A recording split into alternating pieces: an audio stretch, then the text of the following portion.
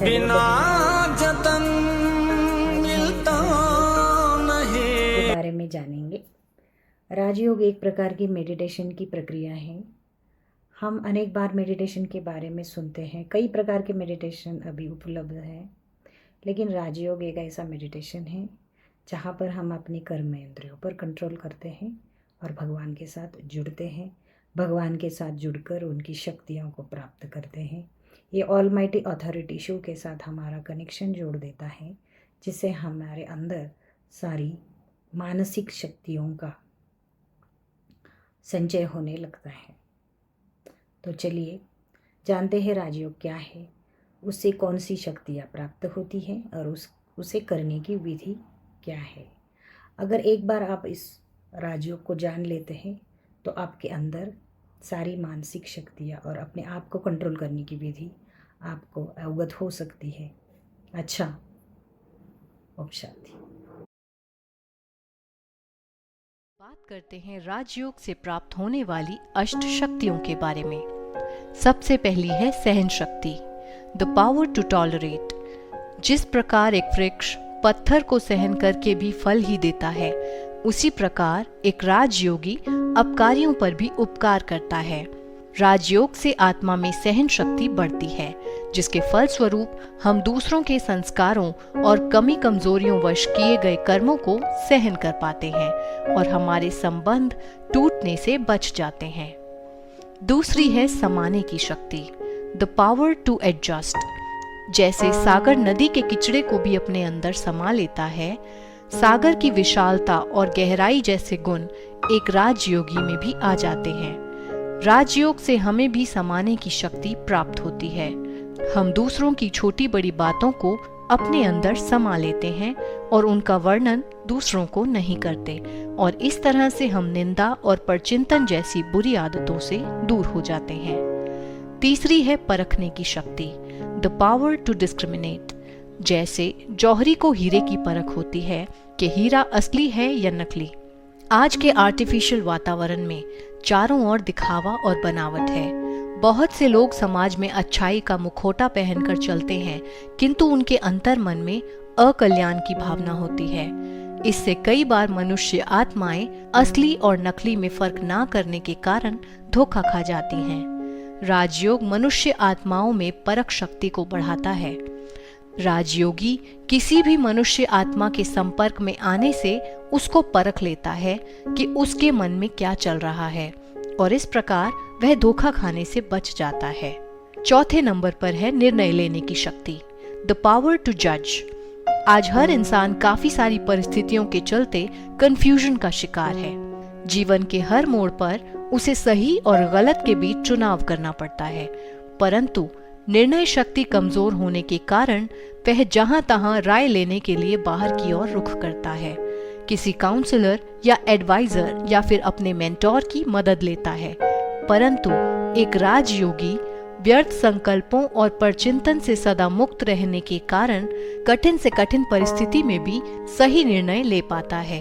तो इस प्रकार राजयोग से हमारी निर्णय शक्ति प्रबल होती है। अगली शक्ति है सामना करने की शक्ति, द पावर टू फेस।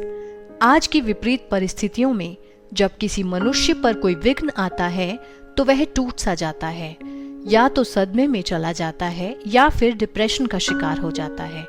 राजयोग हमें सामना करने की शक्ति देता है।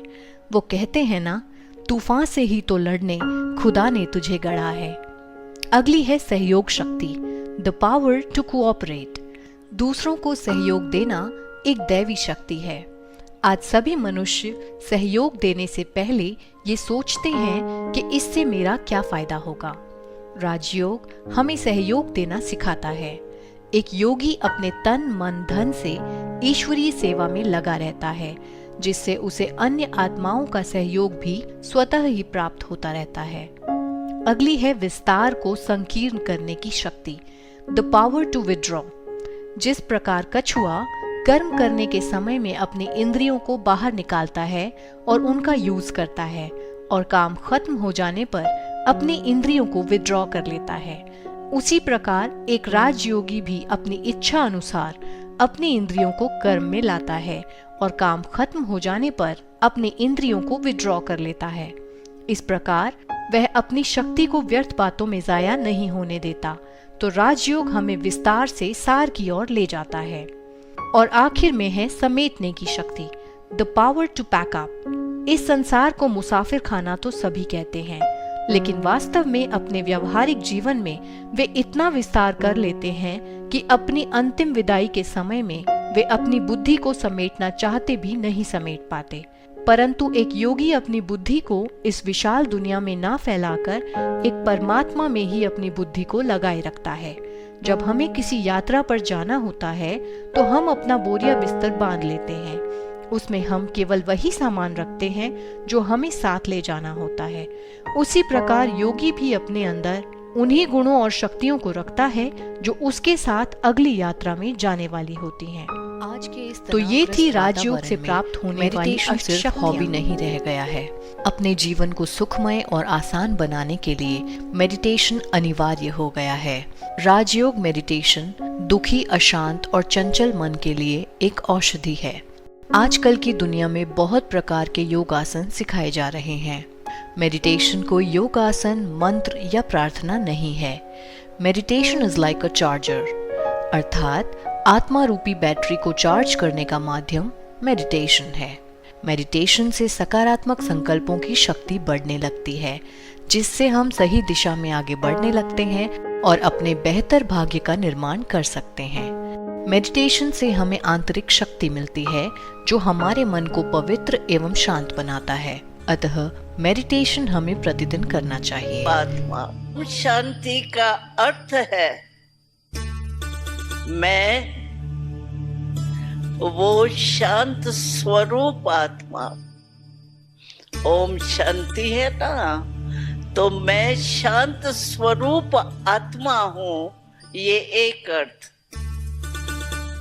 दूसरा अर्थ है कि हमारा परमात्मा पिता वो शांति का दाता है, शांति का सागर है। और तीसरा अर्थ है, लोग वैसे भी कहते हैं कि ये तो मुसाफिर खाना है, आए हैं और चले जाना है, लेकिन घर तो कोई होगा। मुसाफिर खाना तो सदा का घर नहीं होता। तो हम आत्मा का घर कौन सा है? वो घर है शांति धाम, निर्वाण धाम, मुक्ति धाम, जिसको लोग चाहते हैं मुक्ति मिल जाए, मुक्ति मिल जाए। अच्छा, मैं आत्मा हूँ, इसको भूलने के कारण ही ये 5 विकार जो है, क्रोध या काम, लोभ, मोह, अहंकार। आज अहंकार कितना है? मैंपन का अहंकार कितना है? इसीलिए शिव बाबा हमको कहते हैं कि अपने को आत्मा हूं ये नहीं भूलना। अभी भूलेंगे? अच्छा, आप घर में जाएंगे तो भूल जाएंगे मैं कौन हूं। याद रखेंगे? जो याद रखेगा वो हाथ उठाओ। याद रखेंगे? सभी रखेंगे या कोई भूल जाएंगे? जो भूल जाएगा वो हाथ उठाओ। है कोई? कभी नहीं भूलना। हम छोटे थे ना, तो हमको ब्रह्मा बाबा कहता था, ये अपने आप को भूला लगा बम गोला। तो अगर आप अपने आप को आत्मा भूल जाएंगे ना, फिर विकारों का बम गोला लगता रहेगा। इसीलिए ये पाठ पक्का पढ़ लो कि मैं आत्मा। और आत्मा समझने से ये मन जो है, मन को आप क्या कहते हो, मैं या मेरा? मेरा कहते हो ना? कोई कहता है मैं मन आज परेशान हूं, गलती से कहते हो? मेरा मन कहते हो ना? तो मैं मन नहीं हूं, लेकिन मैं मन का मालिक हूं। आज मन में टेंशन कितना है? यहाँ कोई है जिसको टेंशन का पता ही नहीं हो? है कोई? छोटे बड़े में टेंशन आता है, और टेंशन आता है किस कारण से आता है? क्योंकि हम मालिक है मन का, ये भूल ही गए है ना। अगर मालिक अपने को भूल जाए तो उसका क्या हाल होता है? मालिक, गुलाम जो है वो मालिक हो जाता, मालिक गुलाम हो जाता। ये तो अखबारों में भी समाचार आता रहता है।